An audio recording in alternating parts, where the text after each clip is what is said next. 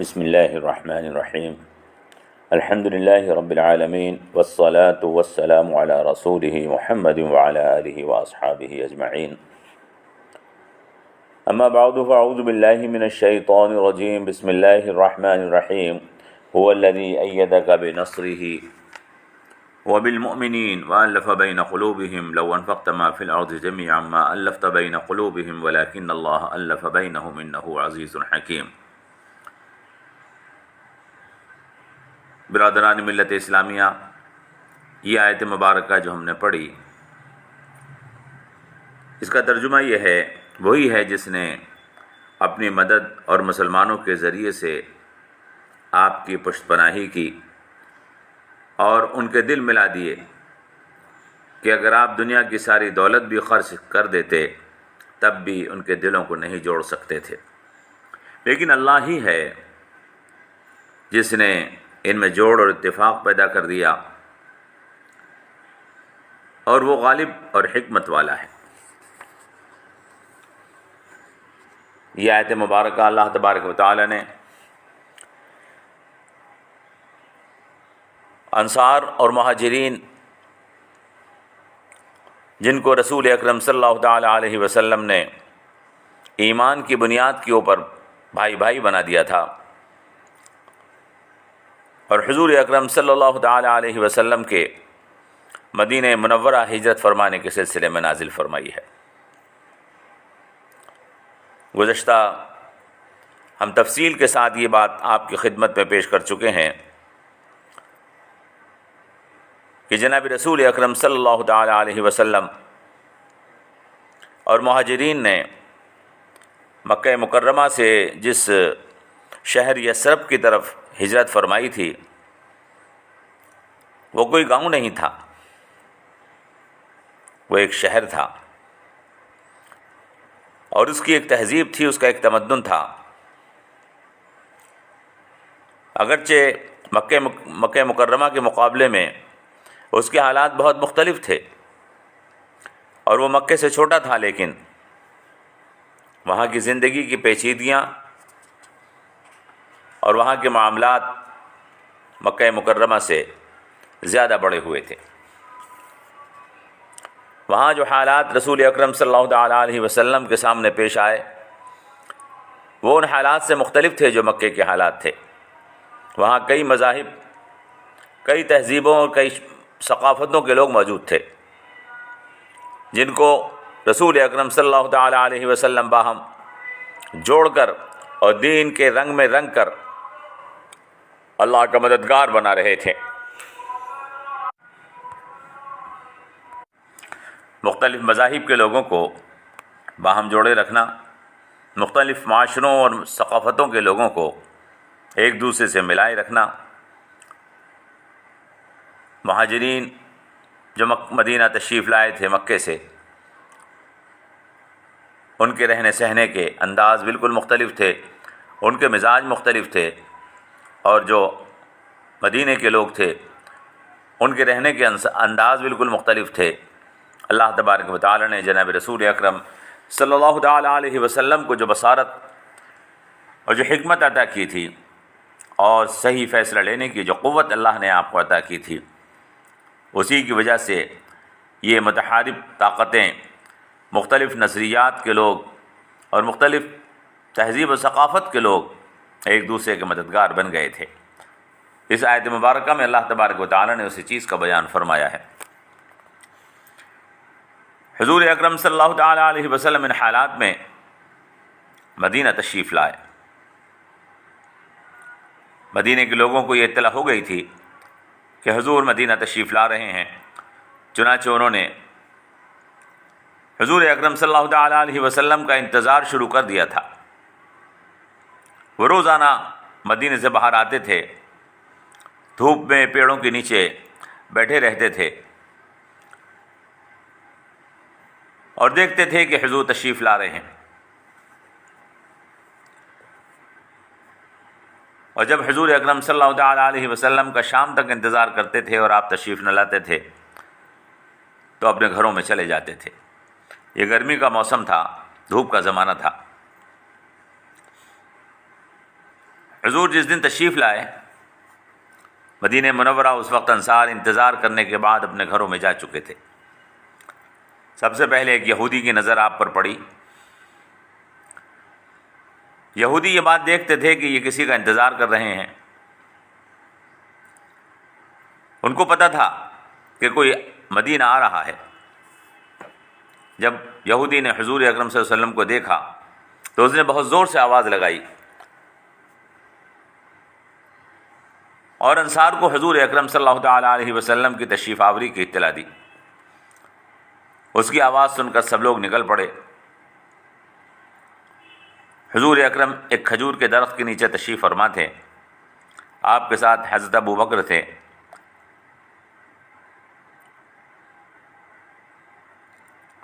اکثر لوگوں نے اس سے پہلے حضور کی زیارت نہیں کی تھی، اس لیے ان لوگوں نے بڑے ذوق شوق کے ساتھ حضور کو گھیر لیا اور حضور کو قریب سے دیکھنے کی کوشش کرنے لگے۔ ہجوم خاصا ہو گیا۔ حضرت ابو بکر نے محسوس کر لیا کہ یہ لوگ سمجھ نہیں پا رہے ہیں کہ اس میں اللہ کے رسول کون ہیں اور ان کا خادم کون ہے۔ انہوں نے ایک چادر لی اور حضور اکرم صلی اللہ تعالیٰ علیہ وسلم کے سر مبارک کے اوپر چادر سے سایہ کیا، جس سے لوگوں نے سمجھ لیا کہ ابو بکر خادم ہیں اور نبی کریم صلی اللہ تعالیٰ علیہ وسلم وہ ہیں جو چادر کے نیچے بیٹھے ہیں۔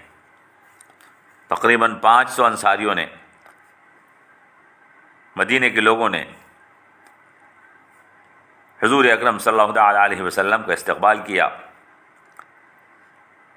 اور آخر میں ادب کے ساتھ عرض کیا کہ حضور مدینہ تشریف لے چلیں، آپ ہر طرح سے مامون اور محفوظ ہیں، اللہ کے رسول آپ کی ہر طرح سے اطاعت کی جائے گی۔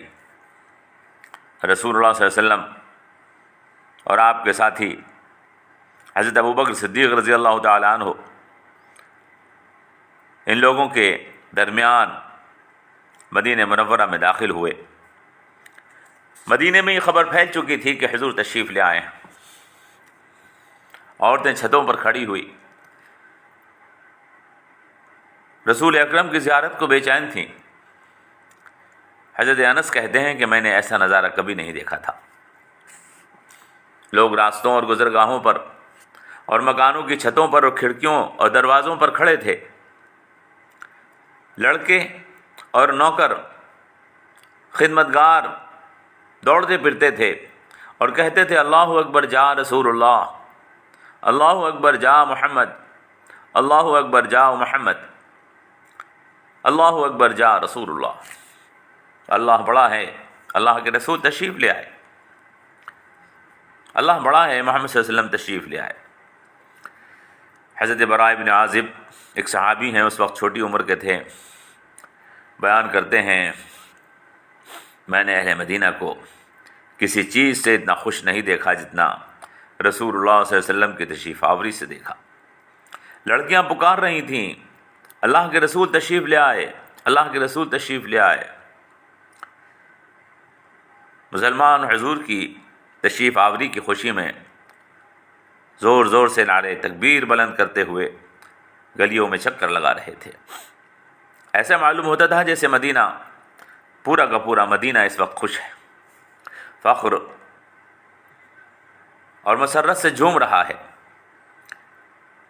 انصار کی لڑکیاں چھتوں پر کھڑی ہوئی مستی و سرور کے ساتھ شعر پڑھ رہی تھیں، طلع البدر علینا من ثنیات الوداع وجب الشکر علینا ما دعا للہ الداعی ایھا المبعوث فینا جئت بالامر المطاع۔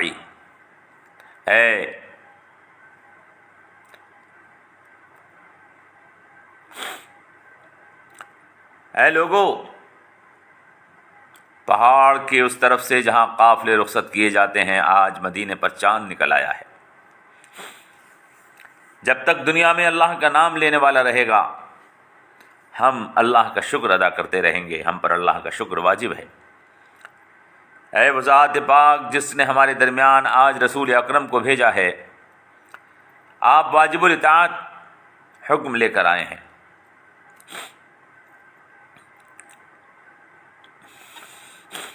انس ابن مالک انصاری ہیں، وہ بھی چھوٹی عمر کے تھے، کہتے ہیں جس دن رسول اللہ صلی اللہ علیہ وسلم مدینہ تشریف لائے میں حاضر تھا۔ واقعہ یہ ہے کہ میں نے کوئی دن اس سے زیادہ حسین اور روشن نہیں دیکھا تھا جس دن رسول اکرم صلی اللہ تعالیٰ علیہ وسلم ہمارے مدینہ تشریف لائے تھے۔ رسول اکرم صلی اللہ تعالیٰ علیہ وسلم نے قباء میں 4 روز قیام فرمایا، وہاں ایک مسجد کی بنیاد رکھی۔ جمعے کے روز آپ وہاں سے آگے روانہ ہوئے، جمعہ بنی سالم بن عوف کی برادری میں پڑھا، چنانچہ جمعے کی نماز آپ نے انہی کی مسجد میں ادا کی۔ جمعے کی یہ پہلی نماز تھی جو آپ نے مدینے میں پڑھی۔ رسول اکرم صلی اللہ تعالیٰ علیہ وسلم جب شہر سے گزرتے تو راستوں میں جماعتیں بنا بنا کر لوگوں نے آپ سے اس بات کی درخواست کی کہ آپ ہمارے ہاں تشریف لائیں۔ وہ کہتے تھے آپ ہمارے ہاں تشریف لے آئیں، تعداد، سامان، عزت اور شوکت سبھی آپ کے لیے حاضر ہے۔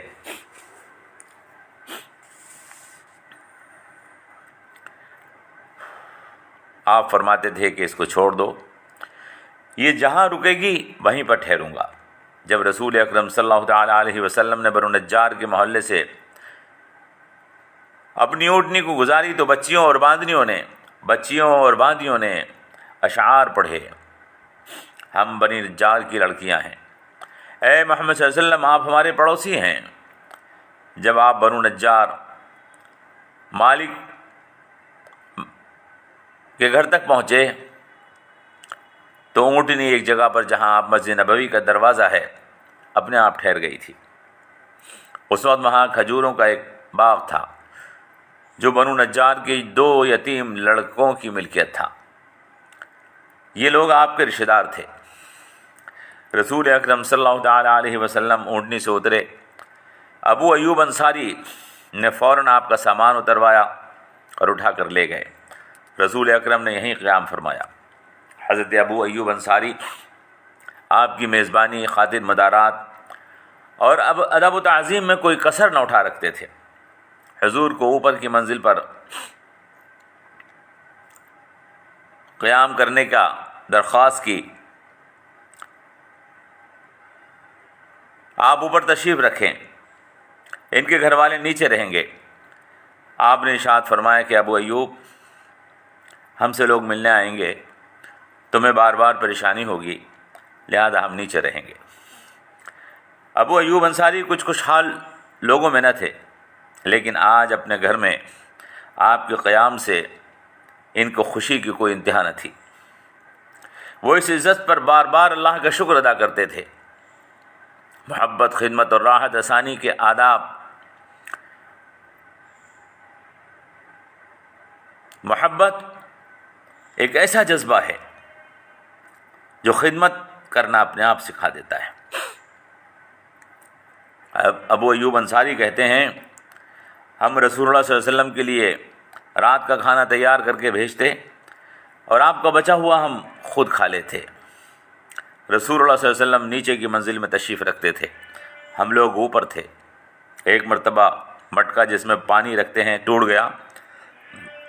فرماتے ہیں کہ میں نے اور میری بیوی نے چادر سے اس پانی کو خشک کیا کہ کہیں خدا نخواستہ ہی نیچے نہ ٹپک جائے اور آپ کو تکلیف ہو۔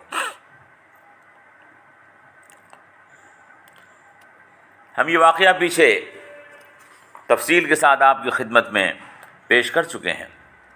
رسول اللہ صلی اللہ علیہ وسلم مدینہ منورہ میں اس شان کے ساتھ تشریف لائے، ہزاروں درود اور سلام ہو، ہزاروں درود اور سلام ہو جناب رسول اکرم صلی اللہ تعالیٰ علیہ وسلم پر، آپ کے اصحاب پر اور آپ کی آل پر، آپ کی اولاد پر۔ اللہ تبارک و تعالیٰ نے اپنے رسول کو ایک مقام عطا کیا، ایک ٹھکانہ عطا کیا۔ اسلام کا ایک نیا دور یہاں سے اس کا آغاز ہوتا ہے۔ اب رسول اکرم صلی اللہ تعالیٰ علیہ وسلم مکے میں جو ظلم و ستم کا شکار تھے،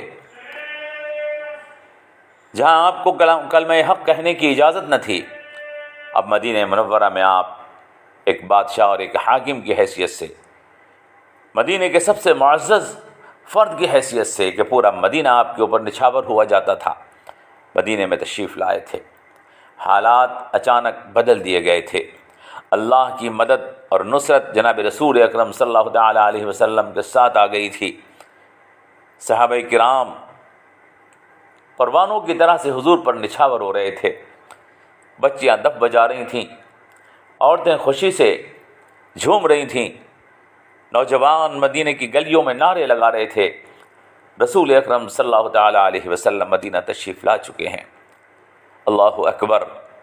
رسول اکرم صلی اللہ تعالیٰ علیہ وسلم اسی شان کے ساتھ، اسی شوکت کے ساتھ، اسی عزت کے ساتھ، اسی جذبے کے ساتھ آج مدینہ میں موجود تھے۔ جس حوصلے کے ساتھ رسول اکرم نے مکے میں ظلم سہا تھا، کافروں کی زیادتیاں سہی تھیں، اسی حوصلے کے ساتھ جناب رسول اکرم آج مدینہ منورہ کے اندر عزت اور شوکت کے ساتھ، طاقت اور محبت کے ساتھ، اپنے نچھاور ہونے والے صحابہ کے ساتھ، صحابہ کے جماعت کے درمیان بیٹھے ہوئے چمک رہے تھے۔ یہ ہیرا اور یہ سورج ایک ایسا سورج تھا جس کی چمک کو نہ مکے کا ظلم بجھا سکا اور جس کی چمک کو نہ مدینے کی محبت کمزور کر سکی۔ اس کی روشنی مکے میں بھی ایسے ہی تابندہ و جاوید تھی جیسی آج مدینہ منورہ میں چمک رہی تھی۔ اللہ تبارک و تعالیٰ ان پر اپنی رحمتیں نازل فرمائے۔ والسلام علیکم ورحمۃ اللہ وبرکاتہ۔